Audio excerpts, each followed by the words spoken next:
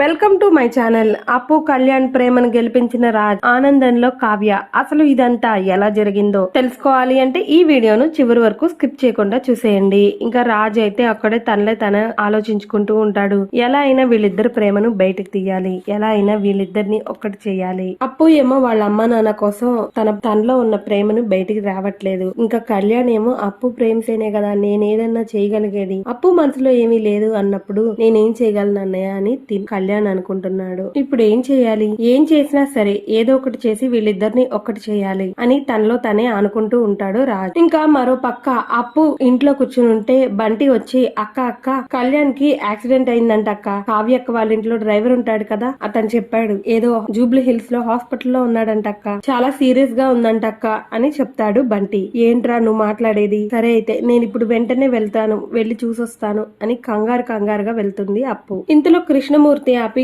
ఎక్కడికమ్మా వెళ్తున్నావు, అంత కంగారు పడుతున్నావు ఎందుకు అమ్మా అంత టెన్షన్ పడకు అని కృష్ణమూర్తి అన్నాడు. ఇంతలో అప్పు లేదు నాన్న, కళ్యాణ్ కి యాక్సిడెంట్ అయిందంట నాన్న, అందుకే కొంచెం భయం వేసింది. ఏం నాన్న నేను చూడటానికి వెళ్ళకూడదా, నా ఫ్రెండ్ కి యాక్సిడెంట్ అయితే నేను కలవకూడదా నాన్న అని అప్పు అడుగుతుంది. కృష్ణమూర్తి మాత్రం అమ్మా ఇంతకు ముందు వేరు కానీ ఇప్పుడు వేరు, ఇంతకు ముందు నీ స్నేహితుడికి ఏమైనా నువ్వు వెళ్ళొచ్చు, కానీ ఇప్పుడు జనాలు అలా అనుకోవట్లేదు కదమ్మా, మీ ఇద్దరు స్నేహ బంధాన్ని అపార్థం చేసుకుంటున్నారు కదమ్మా అని కృష్ణమూర్తి చెప్తాడు. లేదు నాన్న, నా ఫ్రెండ్ అలా చావు బతుకుల మధ్య ఉంటే నేను ఇక్కడ ఇంట్లో మనశ్శాంతిగా కూర్చోవాలా, నేను వెళ్లి చూసొస్తాను నాన్న, అమ్మకి మీరే ఏదో ఒకటి చెప్పండి నాన్న అని అప్పు వెళ్లిపోతుంది హాస్పిటల్ కి కంగారుగా. ఇంకా కనకం వచ్చి ఏంటండి అప్పు ఎక్కడికి వెళ్తుంది అని అడుగుతుంది. అప్పు వాళ్ళ ఫ్రెండ్ కి యాక్సిడెంట్ అయిందంట, చూడ్డానికి వెళ్తుందిలే అని కృష్ణమూర్తి చెప్తాడు. ఇంకా మరో పక్క అప్పునేమో హాస్పిటల్ అంతా వెతుక్కుంటూ ఉంటుంది. ఇంతలో రాజు వచ్చి ఎందుకు వచ్చావు నువ్వు, నీ మనసులో ఏమీ లేదన్నప్పుడు నువ్వు వాడిని చూడ్డానికి ఎందుకు వచ్చావు, వద్దు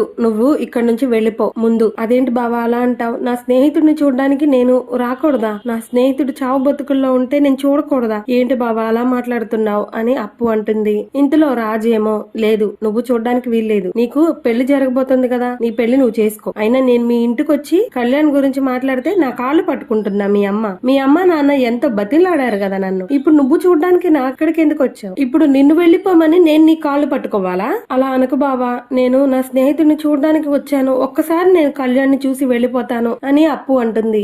లేదు వాడికి స్నేహితురాళ్ళు ఎవరు లేరు, ఎవరు అవసరం లేదు, వాడికి ఒక కుటుంబం ఉంది, ఆ కుటుంబం చూసుకుంటుంది, కళ్యాణ్ చావు బతుకుల్లో ఉంటే ఇప్పుడు వచ్చి ఏంటి ఇదంతా అవసరం లేదు, నువ్వు ఇక్కడ నుంచి వెళ్ళిపో, అసలు నువ్వు ఇక్కడ నుంచి వెళ్ళిపో అని రాజ్ ఖచ్చితంగా చెప్తాడు. లేదు బావా నేను ఒక్కసారి కళ్యాణ్ ని చూసే వెళ్తాను అని అప్పు ఖచ్చితంగా చెప్తుంది. ఏంటి మొండిగా ప్రవర్తిస్తున్నావా, కుదరదు, వాడికి మేమంతా ఉన్నాం, నువ్వు ఇక్కడ నుంచి వెళ్ళిపో, మొండిగా ప్రవర్తిస్తున్నావేంటి అని రాజ్ కొంచెం గట్టిగా చెప్తాడు. నాకు అర్థమైంది బావా, నా మనసులో ఉన్న ప్రేమను ఇవ్వాలని నువ్వు ఇలా మాట్లాడుతున్నావు కదా, అవును బావా నేను కళ్యాణ్ ని ప్రేమిస్తున్నాను, కళ్యాణ్ అంటే నాకు ప్రాణం, కళ్యాణ్ ని నేను ఇప్పుడే కాదు ఎప్పటి నుంచో ప్రేమిస్తున్నాను, నేను చచ్చేదాకా వాడు నా మనసులో నుంచి పోడు, నేను కళ్యాణ్ ని ప్రేమిస్తున్నాను బావా, కనీసం ఇప్పటికైనా నన్ను కళ్యాణ్ ని చూడనివ్వు అని అప్పు అంటుంది.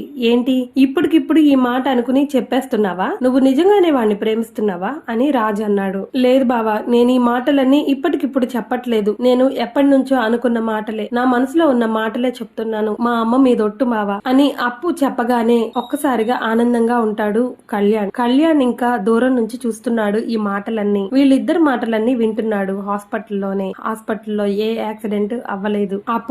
అప్పు మాటలు విని కళ్యాణ్ చాలా ఆనందపడుతూ వింటూ ఉన్నాడు. ఇంకా అప్పు ఏమో కనీసం ఇప్పుడైనా నన్ను ఒకసారి కళ్యాణ్ ని చూడనివ్వు బావా అని అడుగుతుంది. అసలు కళ్యాణ్ ఈ హాస్పిటల్లో లేడు, అసలు వాడికి ఏ యాక్సిడెంట్ అవ్వలేదు, నీ మనసులో ఉన్న ప్రేమను బయట పెట్టాలని నేనే ఈ నాటకం ఆడాను అని రాజ్ చెప్పగానే ఒక్కసారిగా షాక్ అవుతుంది అప్పు. సరే బావా నేనైతే నా ప్రేమను బయట పెట్టానని దయచేసి ప్లీజ్ ఎవరికి చెప్పొద్దు, మా ఇద్దరిని కలిపే ఉద్దేశం ఎవరికి అవసరం లేదు, నేను నా పెళ్లి చేసుకుంటాను, వాడి పెళ్లి చేసుకోనివ్వు, వాడు నా వల్లే కాదు అనామిక వల్ల కూడా డిస్టర్బ్ అయ్యాడు, నా వల్ల కూడా డిస్టర్బ్ అయ్యాడు, దయచేసి అర్థం చేసుకోండి బావా, ఈ విషయాన్ని ఇంతటితో వదిలేసేయండి, లేదంటే ఇటు మీ ఇంట్లో వాళ్ళు గాని ఇటు మా ఇంట్లో మా అమ్మ నాన్న గాని చాలా బాధపడతారు, నేను మీ ఇంటి కోడలవడం కళ్యాణ్ వాళ్ళ అమ్మగారికి ఇష్టం లేదు, అలాగే మా అమ్మ నాన్నకు కూడా ఇష్టం లేదు, దయచేసి నాలో ఉన్న ప్రేమని నాలోనే సమాధి చేసుకుంటాను, అంతేగాని ఈ విషయాన్ని ఎవరికి చెప్పొద్దు బావా అని బతిలాడుతుంది అప్పు. ఇంకా అప్పు హాస్పిటల్ నుంచి ఇంటికి వెళ్లిపోయాక కళ్యాణ్ ఇంకా రాజ్ హాస్పిటల్లో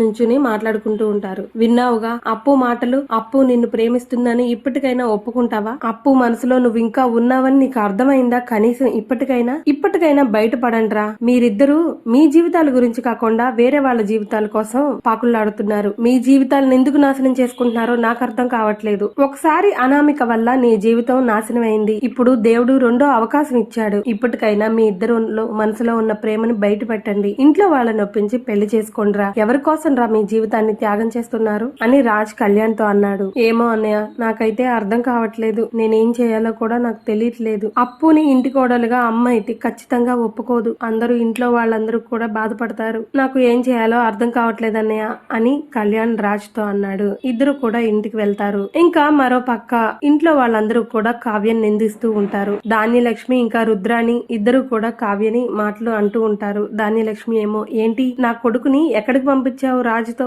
రాజు కళ్యాణ్ ఎక్కడికి వెళ్లారో నీకు తెలుసు కావ్య, నిజం చెప్పు, ఎక్కడికి రాయబారానికి ఏమన్నా పంపించావా అని ధాన్యలక్ష్మి తిడుతూ ఉంటుంది కావ్యని. మీకు ఎంతసేపు నన్ను నా కుటుంబాన్ని నిందించడమే మీకు పనిగా పెట్టుకున్నారా ఏంటి అని ధాన్యలక్ష్మిని అడుగుతుంది కావ్య. ఇంకా రుద్రాణి ఏమో నీ మొగుణ్ణి నీ మరిదిని రాయబారానికి ఏమన్నా పంపించావేమో, వాళ్ళని మీ ఇంటికి పంపించావేమో అని అంటుంది రుద్రాణి. ఇంకా రుద్రాణి ధాన్యలక్ష్మి కావ్యని తిడుతూ ఉండగా కళ్యాణ్ ఇంకా రాజ్ ఇంటికి వస్తారు. రాగానే కావ్య, ఎక్కడికి వెళ్లారండి, ఎందుకు వెళ్లారు, కళ్యాణ్ మీరు ఎక్కడికి వెళ్లారు అని కావ్య గట్టిగా అడుగుతుంది. నీకెందుకు అని రాజ్ గట్టిగా చెప్తాడు సమాధానం. లేదండి, మీ పిన్ని గారు పొద్దున్నుంచి నా మీద నిందలు వేస్తూ ఉన్నారు. నన్ను నా కుటుంబాన్ని నిందిస్తూనే ఉన్నారు. కళ్యాణ్ని మీరు ఎక్కడికో తీసుకెళ్లారని, ఏదో రాయబారానికి తీసుకెళ్లారు నా చెల్లెల్ని కలపడానికి అని అనుకుంటున్నారు. చూడండి చిన్నత్తయ్య, తమ్ముణ్ణి అన్నయ్య తీసుకెళ్ళడానికి అది కూడా నా మీదే నిందలా? మీరింకా కుదురుగా ఉండరా? మీరింకా మౌనంగా ఉండలేరా మీరు అని కావ్య ధాన్యలక్ష్మికి చెప్తుంది. ఇందులో రుద్రాణి వచ్చి, ఏంటి ఏమో నీ మొగుణ్ణి నీ మరిదిని అప్పుకిచ్చి పెళ్లి చేయడానికి రాయబారానికి పంపావేమో అనుకుందిలే అని రుద్రాణి అనంగానే కావ్య ఏమో, ఏంటి మీరేమో ఈ ఇంట్లో ఎవరు సైలెంట్ గా ఉంటారా, వాళ్ళని ఎంచుకుని మీరు మనుషుల్ని రెచ్చగొడదామా అని మీరు ఆలోచిస్తూ ఉంటారు. అందుకేగా ఆ అనామికను రెచ్చగొట్టారు. అదేమో దాని కాపురాన్ని నాశనం చేసుకుని వెళ్ళింది. ఇంకెవరి జీవితాలు నాశనం చేద్దామని మీరు కంకణం కట్టుకున్నారు అని కావ్య రుద్రాణిని తిడుతుంది. ఏంటి పిన్ని, నేను నా తమ్ముడిని ఎక్కడికి తీసుకెళ్లకూడదా? నేను అసలు బయటకు తీసుకెళ్లకూడదా? నువ్వు ఎందుకు పద్దాక కళావతి దగ్గరకు వస్తావు? కళావతిని ఎందుకు తిడుతారు మీరు అని రాజ్ వార్నింగ్ ఇస్తాడు ధాన్యలక్ష్మికి. ఇంతలో కనకం వస్తుంది. కనకం వచ్చి, ఇదిగో ఇంక వచ్చింది కనకం, ఇంకా ఏ రాయబారానికి వెళ్ళొచ్చారో, ఏం మాట్లాడడానికి వచ్చిందో అని ధాన్యలక్ష్మి కనకాన్ని తిడుతుంది. కనకం మాత్రం, నేను నా కూతురు పెళ్లి శుభలేఖను ఇవ్వాలని వచ్చాను. ఈ ఇంటికి పెద్దవాళ్ళైనా వాళ్ళకి ఇవ్వకుండా ముందు మొదటి శుభలేఖ మీకే ఇవ్వాల్సి వస్తుంది. ఇది నా కర్మ. ఇదిగోండి ధాన్యలక్ష్మి గారు, నా కూతురు పెళ్లి అపూర్వ, అబ్బాయి పేరు శ్రీరామ్. ఇంకా ముహూర్తాలు దాంట్లో ఉన్నాయి కార్డులో. మీరు మీ ఆయన గారు ఇద్దరు తప్పకుండా రావాలి నా కూతురు పెళ్లికి. వచ్చి మీ పెద్ద మనసుతో ఆశీర్వదించండి అని కనకం ధాన్యలక్ష్మికి చెప్తుంది. ఇక మరో పక్క కావ్యకి రాజ్ చెప్తాడు, అప్పు మనసులో కళ్యాణ్ ఉన్నాడు, కళ్యాణ్ మనసులో అప్పు ఉంది. ఇద్దరు మనసులో కూడా ఒకళ్ళకొకళ్ళు ఉన్నారు. నువ్వు వాళ్ళిద్దరిని వేరు చేయకు, వాళ్ళిద్దరు ఒకళ్ళకొకళ్ళు ఉన్నారని ఆనందపడు అని రాజ్ చెప్పగానే కావ్య కొంచెం సంతోషిస్తుంది. ఇలాగే జరగాలి అనుకుంటే మరిన్ని అప్డేట్స్ కోసం మా ఛానల్ ను సబ్స్క్రైబ్ చేసుకోండి. పక్కనే ఉన్న బెల్ ఐకాన్ ను ట్యాప్ చేయండి.